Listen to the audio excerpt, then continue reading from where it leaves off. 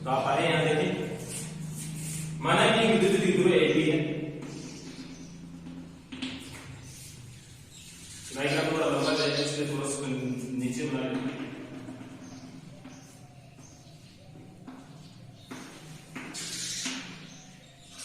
AB एक विद्युत द्विध्रुव है, बिंदु A पर प्लस क्यू आवेश है, बिंदु B पर माइनस क्यू आवेश है, दोनों आवेश की मध्य दूरी 2a है। इस विद्युत द्विध्रुव का जो मध्य बिंदु है वो हम मान लेते हैं O। तो ये वाली डिस्टेंस कितनी होगी a, और ये वाली डिस्टेंस कितनी होगी a। निरीक्षी रेखा, इससे पहले वाले वीडियो में हमने देखा निरीक्षी रेखा क्या है कि विद्युत द्विध्रुव के मध्य बिंदु से लंबवत गुजरने वाली रेखा क्या कहलाएगी, निरीक्षी रेखा। उस पर हमें एक कोई बिंदु लेना है, तो निरीक्षी रेखा देखिए आप कौन सी है, ये निरीक्षी रेखा नीचे भी जा सकती है, नीचे या ऊपर कहीं पर भी हमें एक बिंदु लेना है और उस बिंदु पर हमें विद्युत क्षेत्र की तीव्रता का मान ज्ञात करना है, ये हमारा क्वेश्चन है। तो हम यहां पर एक कोई बिंदु ले लेते हैं P। इस बिंदु P पर माना प्लस क्यू आवेश के कारण विद्युत क्षेत्र की तीव्रता है वो मान लेते हैं T1।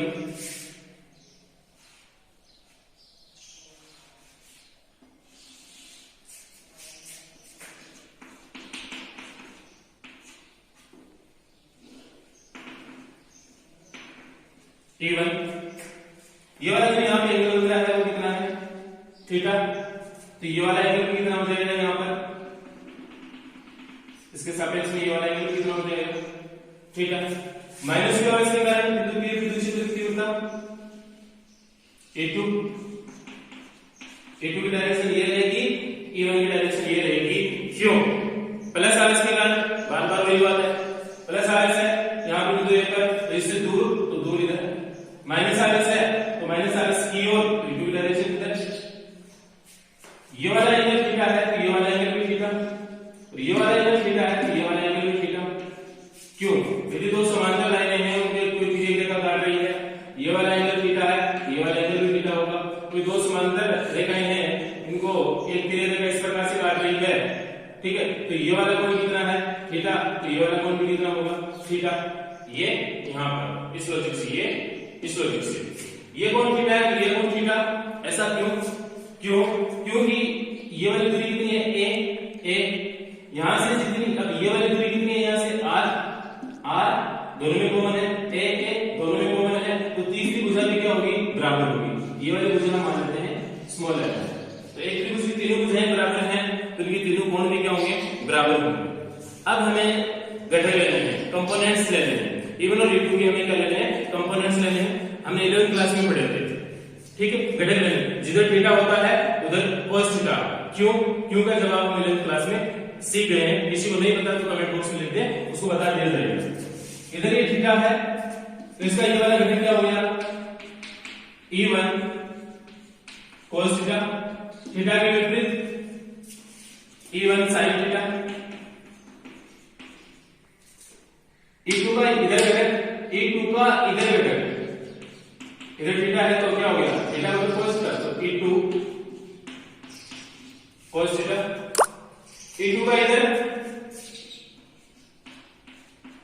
E2 sin theta, E2 sin theta. Diagram बना लीजिए पहले अच्छे से पूरा, ठीक है। उसके बाद हम मानते हैं प्लस क्यू आवेश के कारण बिंदु P विद्युत क्षेत्र की तीव्रता,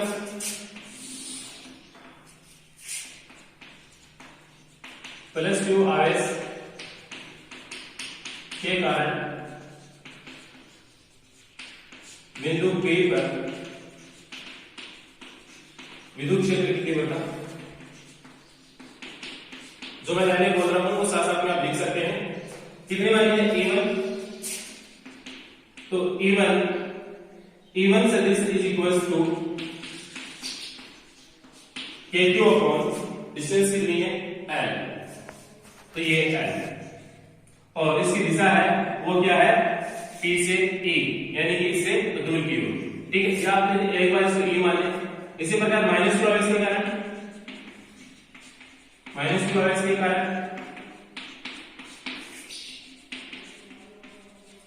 बिंदु P पर विद्युत क्षेत्र की तीव्रता का परिमाण, यहां पर भी आप परिमाण लिख सकते हैं, तीव्रता का परिमाण K2 = KQ upon L², यहां पर भी L², सॉरी, इसको आप इक्वेशन 1 और इसको इक्वेशन 2, ठीक है। प्लस के वाले से बिंदु P से जो दूरी है वो कितनी है, L है। माइनस के वाले से जो बिंदु P की दूरी है वो भी कितनी है, L है, ठीक है। तो दूरी का स्क्वायर करते हैं, फॉर्मूला इसे पिछले क्लास में आपने देखा था। अब देखो A1 और A2 इन दोनों के मान बराबर है। समीकरण 1 व 2 से A1 बराबर A2 बराबर KQ upon L², इक्वेशन 3, ठीक है। अब एक चीज यहां पर देखिए, यहां पर A1 sin थीटा, यहां पर A2 sin थीटा, A1 और A2 के मान बराबर हैं, तो ये घटक इस घटक के बराबर हो जाएगा। तो ये दोनों घटक हैं, एक तो ये घटक और एक ये घटक, दोनों घटकों का जो परिमाण है वो बराबर है, दिशा में एक दूसरे के विपरीत है, अतः ये एक दूसरे को क्या कर देंगे, निरस्त कर देंगे, ठीक है। और ये घटक A1 cos थीटा और A2 cos थीटा दोनों घटक एक ही दिशा में है, अतः परिणामी विद्युत क्षेत्र की तीव्रता इन दोनों घटकों के योग के कारण होगी। अब आपको एक लाइन लिखनी है, यहाँ पर भाषा लिखनी है, यहाँ पर भाषा लिखनी है। भाषा क्या लिखनी है कि घटक A1 sin थीटा व A2 sin थीटा परिमाण में बराबर व दिशा में एक दूसरे के विपरीत है, अतः ये दोनों एक दूसरे को निरस्त कर देंगे। अतः बिंदु P पर परिणामी विद्युत क्षेत्र की दिशा या परिणामी विद्युत क्षेत्र का मान घटक A1 cos थीटा और A2 cos थीटा के कारण होगा। इतनी लाइनें आपको लिखनी है, मैं लिख नहीं रहा हूं, ठीक है। इसके आगे लिख रहा हूं, अतः बिंदु P पर परिणामी विद्युत क्षेत्र की तीव्रता, अतः बिंदु P पर परिणामी विद्युत क्षेत्र की तीव्रता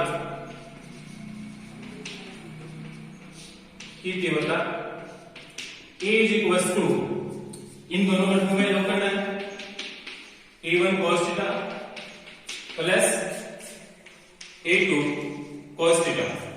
A1 और A2 के मान KQ upon L² दोनों बराबर है, तो A is equals to KQ upon L² cos theta plus KQ upon L² cos theta, एक और एक दो,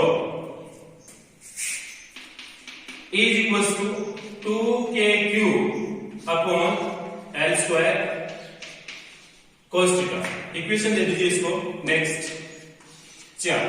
अब इस डायग्राम को देखें, इस डायग्राम में हमें क्या करना है, cos थीटा का मान यहाँ पे रखना है।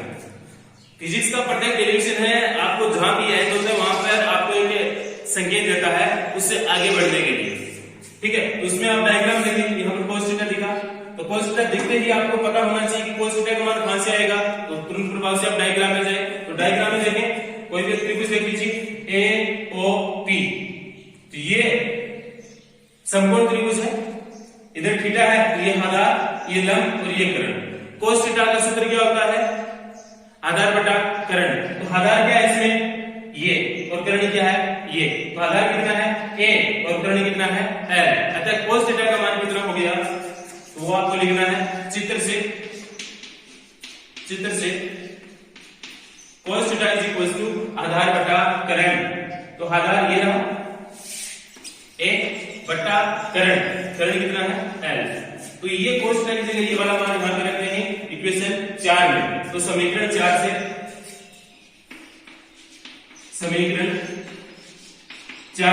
तो क्या हो गया, A is equal to 2KQ और इसका मान कितना है, ये A बटा L। तो A बटा L, ये Q है और ये A है। Q थोड़ा सा मैं ऐसे लिखता हूं, ऐसे, और A थोड़ा नीचे की तरफ, दोनों एक बात समझ लेना है, ठीक है। और यहां पे क्या है, L स्क्वायर था और एक L ये, तो L कितना हो गया, LQ। इसको आप इक्वेशन दे दीजिए 5। अब यहां पर L है, हम प्रत्येक डेरिवेशन में, इन डेरिवेशनों में जो ये सूत्र है वो हम आर के रूप में प्राप्त करना चाहिए। आर क्या है? विद्युत द्विध्रुव के मध्य बिंदु से वह दूरी जहां पर हमें विद्युत क्षेत्र की तीव्रता ज्ञात करनी है। तो इसको आर के रूप में बनाने के लिए हमें अगेन डायग्राम देखना पड़ेगा। डायग्राम में ये आर है और ये एल है। अब एल को आर में बदलना है तो हम पाइथागोरस प्रमेय से इसको लिख सकते हैं। पाइथागोरस प्रमेय क्या होती है? कर्ण स्क्वायर बराबर आधार स्क्वायर प्लस लंब स्क्वायर। ठीक है, तो अतः इसको मैं मिटा रहा हूं, इसको देखिए आप पहले देख लीजिए। आप इसमें पहले देख लीजिए कि इस डायग्राम से एल का मान क्या होगा? एल का कर्ण बराबर आधार का स्क्वायर कर्ण 1 प्लस लंब का स्क्वायर का 1/2। ठीक है, अब एल का मान चित्र से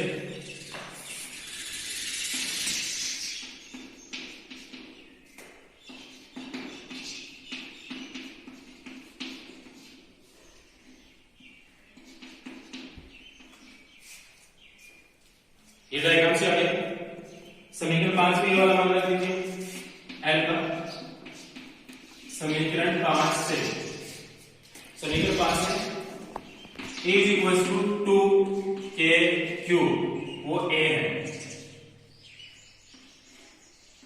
अपॉन एल का वैल्यू दे रहा a square plus r square घात 3 और ये 2 तो बट्टा 2। इसके बाद में अब ये देखना है कि 2qa, परंतु हम जानते हैं कि विद्युत द्विध्रुव आघूर्ण P का मान क्या होता है। इससे पहले वाले वीडियो में हमने देखा था विद्युत द्विध्रुव आघूर्ण P कुछ होता है 2qa। ठीक है, तो इस 2qa की जगह हम क्या लिख देंगे? P पता है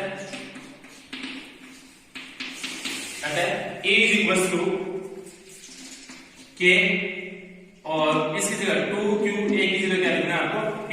तो kp बट्टा ये a square plus r square 3/2। ठीक है, पहले वाली बात यहां पर रहेगी कि a स्क्वायर का मान बहुत ही कम है, अतः इसको जोड़ने को बैठाने पर कोई फर्क नहीं पड़ेगा में, अतः इसको हम क्या कर लेते हैं? नेगलेक्ट कर लेते हैं, नगण्य मान लेते हैं। तो यहां पे लिखते हैं आप दो करके, परंतु r square is very very greater than to a square, अतः a स्क्वायर को नगण्य मान लेंगे। ठीक है, इस इक्वेशन से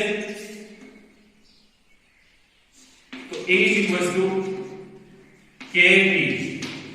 a स्क्वायर आपको लिखना नहीं है, यहां पर a स्क्वायर लिखना नहीं है, तो बचा r स्क्वायर। ये हो गया r स्क्वायर की घात 3/2, 2 से 2 कैंसिल, तो A इज इक्वल टू कितना बचा? kp upon r cube. ठीक है, यहां पर इसकी हम सदिश की बात करें कि इसको सदिश रूप में लिखें तो ये डायग्राम देखिए आप दोबारा एक बार यहां पर।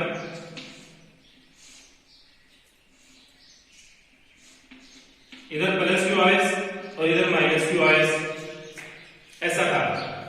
तो यहां पर E की डायरेक्शन तो ये है और P की डायरेक्शन क्या होती है? माइनस से प्लस। तो P की डायरेक्शन क्या है यहां पर इस बिंदु पर? ये, और E की डायरेक्शन ये, तो दोनों डायरेक्शन एक दूसरे की क्या है? विपरीत है। अतः इसको सदिश रूप में कैसे लिख सकते हैं? E सदिश is equal to minus k P सदिश अपॉन r क्यूब। यहां पर ऋणात्मक चिन्ह क्या रिप्रेजेंट कर रहा है कि P सदिश व E सदिश की दिशा एक दूसरे की क्या है? विपरीत है। ठीक है, फिर ग्राफ खींचेंगे E व R में ग्राफ। ठीक है, तो दोनों दिशा में क्या है? E समानुपाती 1/r3। अब तो आप समझ ही गए होंगे कि ग्राफ कैसे बनने वाला है इसका। E सदिश ऐसे लिख लीजिए E और ये R। ग्राफ इसका कई बार 1 नंबर का ग्राफ सीधा ही पूछ लिया जाता है। इसके बाद में इस चैप्टर का आरबीएससी का जो 12 फिजिक्स का जो रिलेशन बेस्ट है उसमें अब पहला चैप्टर है, उसका एक टॉपिक और बचा है, उसको हम पढ़ेंगे नेक्स्ट वीडियो में। Thank you.